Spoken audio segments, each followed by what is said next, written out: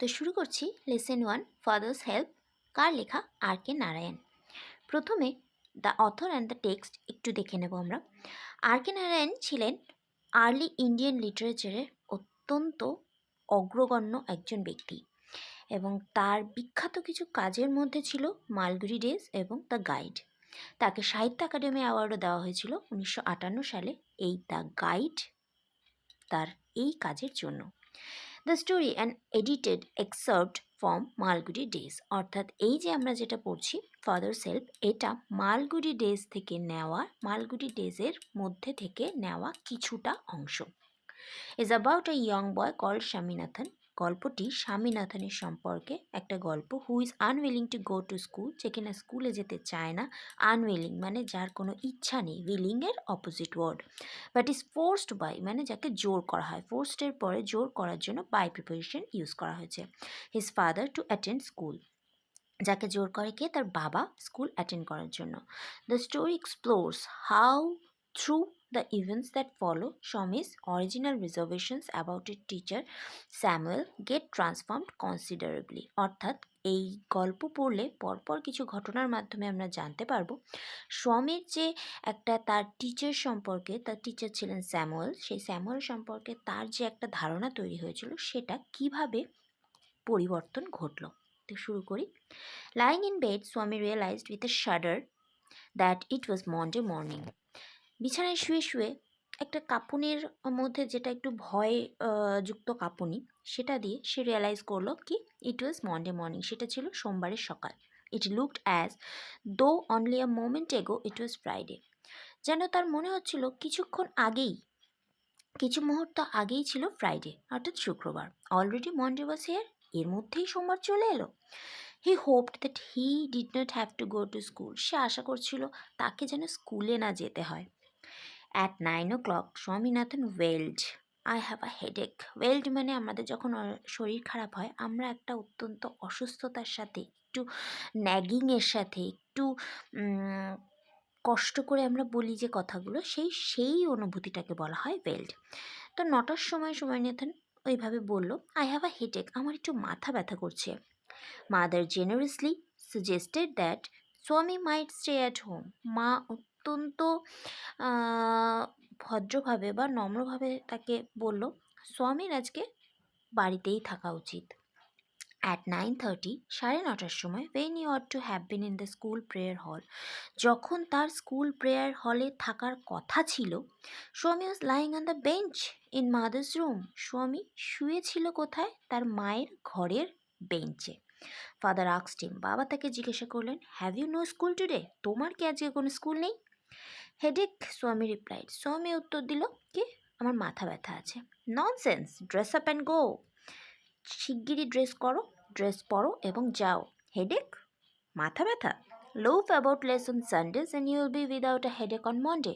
যদি সানডেতে একটু কম ঘুরে বেড়াও না, তাহলে কিন্তু মন্ডেতে তোমার এই হেডেকটা হবে না। Swami knew how strict his father could be, Swami জানতো তার বাবা কতটা কড়া হতে পারে। So he changed his tactics মানে তার কৌশল, সুতরাং সে তার কৌশল পরিবর্তন করলো। I can't go so late to the school, আমি স্কুলে এত দেরি করে যেতে পারবো না।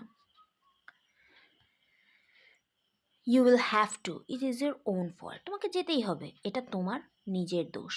What will the teacher think if I go so late, যদি আমি দেরি করে যাই আমার সম্পর্কে শিক্ষক কী ভাববেন? Tell him you had a headache and so are late, তাকে বলে দেবে তোমার মাথা ব্যথা হয়েছিল, তাই তুমি দেরি করে এসেছো। He will scold me if I say so, scold মানে বকাবকি করা, সে আমাকে বকাবকি করবে যদি আমি এটা বলি। উইল হি, সে কি তোমায় বকবে? লেট আস সি, চলো দেখা যাক। হোয়াট ইজ হিজ নেম, তার নাম কি? Samuel.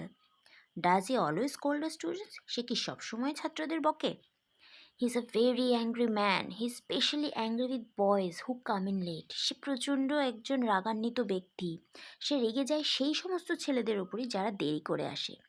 I would not like to go late to Samuel's class, আমি স্যামুয়েলের ক্লাসে দেরি করে যেতে চাই না। If he is so angry, যদি সে খুব রাগ করে, why not tell your headmaster about it, কেন তুমি তোমার হেডমাস্টারকে এটা সম্পর্কে বলো না? Then say that even the headmaster is afraid of him, তাহলে সে তখন বলল যে এমনকি তাদের হেডমাস্টারও নাকি তাকে ভয় পায়। খেয়াল করবে অ্যাফ্রেডের পরে ফিক্সড প্রিপোজিশন অফ বসে। শাডার ওয়ার্ড নেস্ট আছে কিছু। শাডার কথার অর্থ shaking of body caused by fear, ভয়তে শরীর কেঁপে ওঠা। Loaf move around in an idle manner, idle মানে অলসতা, অলসতার সাথে ঘুরে বেড়ানো। তো এবার কম্প্রিহেনশন এক্সারসাইজে যাব। Choose the correct alternative to complete the following sentence. With a shudder Swami realise that it was, সেদিন কী বার ছিল? Monday. When Swami ought to have been in the school prayer hall, he was lying on the bench. According to Swami, Samuel is specially angry with boys who are late. Fill in the chart with information from the text. এইবার text থেকে information নিয়ে এটাকে complete করতে হবে। Time when Swami complained of a headache. কোন সময় স্বামী হেডেকের complain করেছিল? আমরা পড়েছি at 9 o'clock. Person who ordered Swami to dress up and go to school.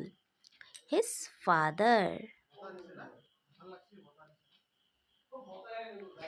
Name of the teacher mentioned by Swami, Samuel.